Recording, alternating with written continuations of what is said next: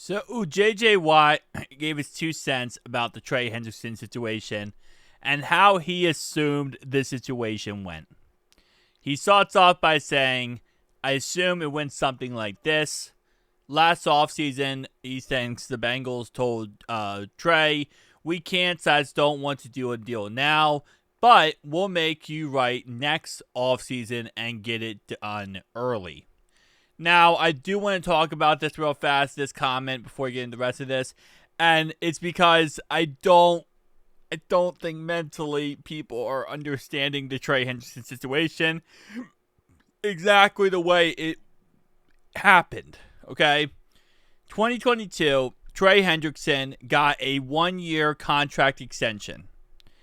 They said you could play out the rest of your contract, Trey, and we will give you a 1-year extension. Now, this was not a forced 1-year extension. This was a 1-year extension that was agreed upon by Trey and his agent. This extension would go through the 2025 season. After around 6-7 months of agreeing to that extension, before the new contract would even start, Trey wanted another contract and wanted to void the current deal. That last offseason, physically speaking, they could not work out a new deal. I think it's like it has to be over a year since your current deal. So, 2022 offseason, they worked out an extension with Trey Hendrickson. They said you play out the rest of your contract and you get a 1-year extension. That was agreed upon. I think a lot of people are getting confused by that perspective and thinking that, like, oh, well, the Bengals aren't going to, haven't paid Trey. No, we paid Trey. We actually paid Trey twice. We gave him a 4-year extension, and we just gave him a 1-year extension on his current contract.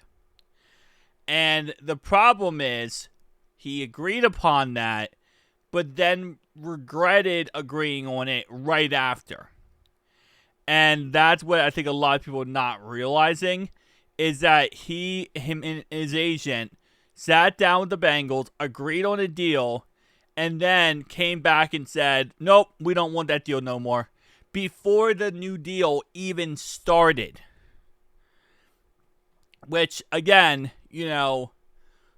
business-wise, that's really bad to do. Like, that's an awful business process to do.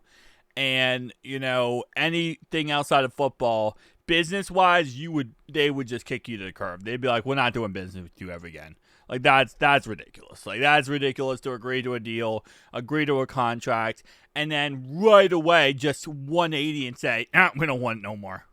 We don't want it. You don't get buyer's remorse when you agree to a deal. You just don't. You sign a contract, you agree to the terms, you agree to everything. You can't just 6 months later have buyer's remorse and say, well, that wasn't actually a good deal. Like, you agreed to it. Like, you signed the paperwork. No one held your hand to the fire. No one forced you to sign the contract. So I think a lot of people don't really understand that part and think that, like, we didn't give him a contract. We did give him an extension. He backtracked on his extension. Obviously, at the end of the day, they want him to play out the rest of his contract. Now, I think personally speaking, and this is my personal opinion, he should fire his agent. Like, this is my personal opinion. He should fire his agent. He should can his agent, and he should get someone else. Preferably, if I would Trey right now, I would go get Jamar Chase and T. Higgins' agent. Because clearly they work very well Rocky works very well with the Cincinnati Bengals. And it's not that they give up too much or they give in. No, they literally worked out a T. Higgins and Jamar Chase deal. Like, that is a great deal to get done. And I think they could get a situation done with Trey as well. Trey Hendrickson's agent, the fact that he worked out a contract, then literally 180'd it 6 months later, that is not good business. And clearly, whatever the case is, the agent tried to get a deal done and accepted whatever, and Trey wasn't happy with it. Or Trey was, and then Trey changed his mind. So, we have to put that context in there, because I feel like a lot of people are not. Anyway, so player had a great season this offseason. Low ball offer or slash crickets. JJ. Okay, listen, we don't know all the facts, so I'm not going to sit here and act like we do. Based on what we understand, and again, listen, it could all be bullcrap. Because at the end of the day, Diana Rossini, this is another thing that I'm kind of on the fence about, and I know I'm all over the place this video, but I do want to talk about this. I'm on the fence about this. So Diana Rossini recently said, yep, the Bengals are talking to Trey, everything is working out, everything is perfect, whatever, everything is fine. And Ian Rappaport both said that. We also had some other people saying that, yeah, it's working. And then Trey comes out with a statement yesterday. Now, some people, not myself, some people think that that was a lie. That Trey's side was a lie. Because they thought that Trey's agent has no leverage right now over the Bengals. And because of that, he's trying to get leverage by starting and stirring crap up with the fans. That's what people are assuming is happening with the agent. Now, again, I personally think Trey, just can the guy. Get rid of the guy.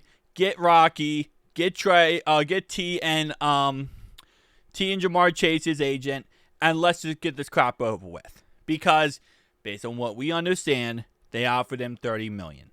That could be completely wrong and a lie. Because at the end of the day, at this point, we don't know who's telling the truth, right? We don't know who is, actually accurate here. At the end of the day, they offered him $30 million. That's less than market value. That's less than what he wants. But at the end of the day, you have to pay the Joe Burrow tax and stay on the team because you want the team to be successful. And again, like I said, there is a situation where you have to look at it and say, okay, well, we want wins and we want legacy over money. Now, if he wants, job security, that's fine. But if you want job security and you want legacy and you want championships and you want Super Bowls, then you might have to take a little less money. Because at the end of the day, you're going to be set for life no matter what, Trey. You will, 100%. But at the end of the day, you got to look at, okay, what is worth more to me? An extra $5 million per year? Or is it worth more to me to bring a Super Bowl to a beautiful city that deserves happiness and deserves this and deserves all the crap they went through to finally pay off with something? Plus, do you think that what's it called? You will be a Super Bowl winning defensive end, which also is amazing. And also imagine the traffic and the tourism that comes to Cincinnati. All the local businesses making a bunch of money. A lot of different, people, brand new people added to the city. It just helps out the city in general. And then there's a lot of new Bengals fans. And let's be honest, a lot of bandwagons. But is that all that, in my opinion, is worth more than $5 million extra per year if you're calculating it? Again, I'm not an NFL player. At the end of the day, I don't make the rules. I don't make the stipulations, right? And at the end of the day, maybe the front office did offer him $20 million, $22 million, and that would have been lowballed. But if it was 30, they offered him 30. I'm looking at the hypothetical here. Then I think you have to weigh those things. You're going to be set for life no matter what, Trey. You made over $100 million, and I know, listen, it's the NFL. Always make your money. It's a business. It's a cutthroat business. But you also got, I don't know. See, I'm a man of Christ. I'm a man of principle. I'm a man of family values. I'm a man who just goes based off that kind of stuff. And I see sometimes when it comes to these players, I can't relate. I can't look at it and see that. Because in my opinion, I don't see money as the top, best thing ever when it comes to certain amounts. Once you get to a generational wealth period, I look at it like, okay, how can we get back? How can we help out others? How can we change others' lives? Because at that point, you are blessed yourself. You are beyond blessed, right? And okay, maybe I'm rambling. I just, that's kind of how I look at it. Anyway, though, so pay a fair price early or pay top dollar later. teams want to treat it like a business, but don't like it when players do the same. Again, like I said, but it's not a business. If he backed out of his contract, that's not a business. That's very poor business practices. That's because your agent agreed to a deal that you don't agree to, which I think is a problem with you and your agent, and you need to get rid of your agent. I'm not trying to be a D-bag here, but I really think this contract would be done with if you had Rocky. If you had Jamar Chase and T. Higgins contract, you'd be very, very much in a good spot. But again, pay a fair price early or pay top dollar later. The problem is, and again, like I said, I think a lot of people realizing this.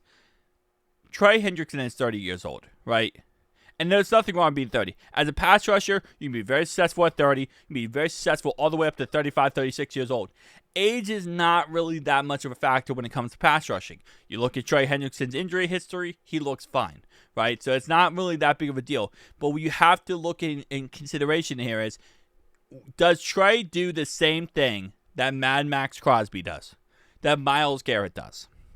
Does he play at the very high level in all categories? There's more than just one category. Is he a better pass rusher than those two guys? Absolutely, 100%, not a question.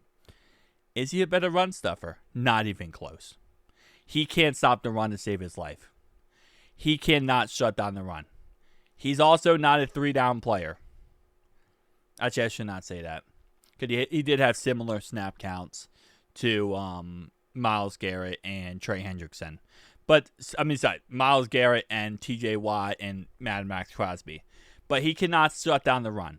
He's a one-dimensional player. He's good at pass rushing. That's what he's good at. He's not a run stuffer. So, what this means is we have to look at it as, okay, Mad Max Crosby is a run stuffer and a pass rusher. Same concept with TJ Watt. Same concept with Myles Garrett. So you got to look at, okay, well, we're going to get half the value from, Trey here with him just being a pass rusher, which is fine that he's a pass rusher. He's a very good one, best in the league. But you got to look at that factor too. And then you got to look at the factor he's 30 years old. Okay, so now, the dollar amount here, and again, like I said, the Bengals front office probably lowballing him no matter what.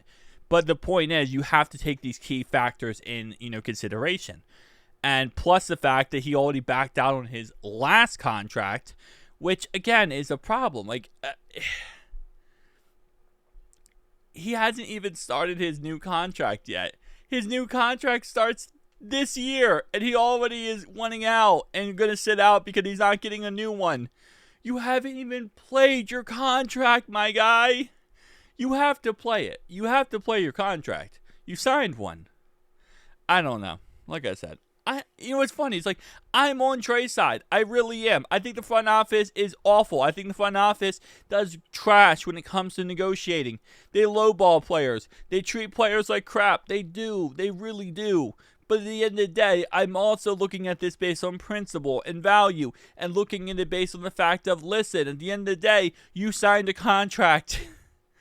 You agreed to terms and conditions. You have to honor them.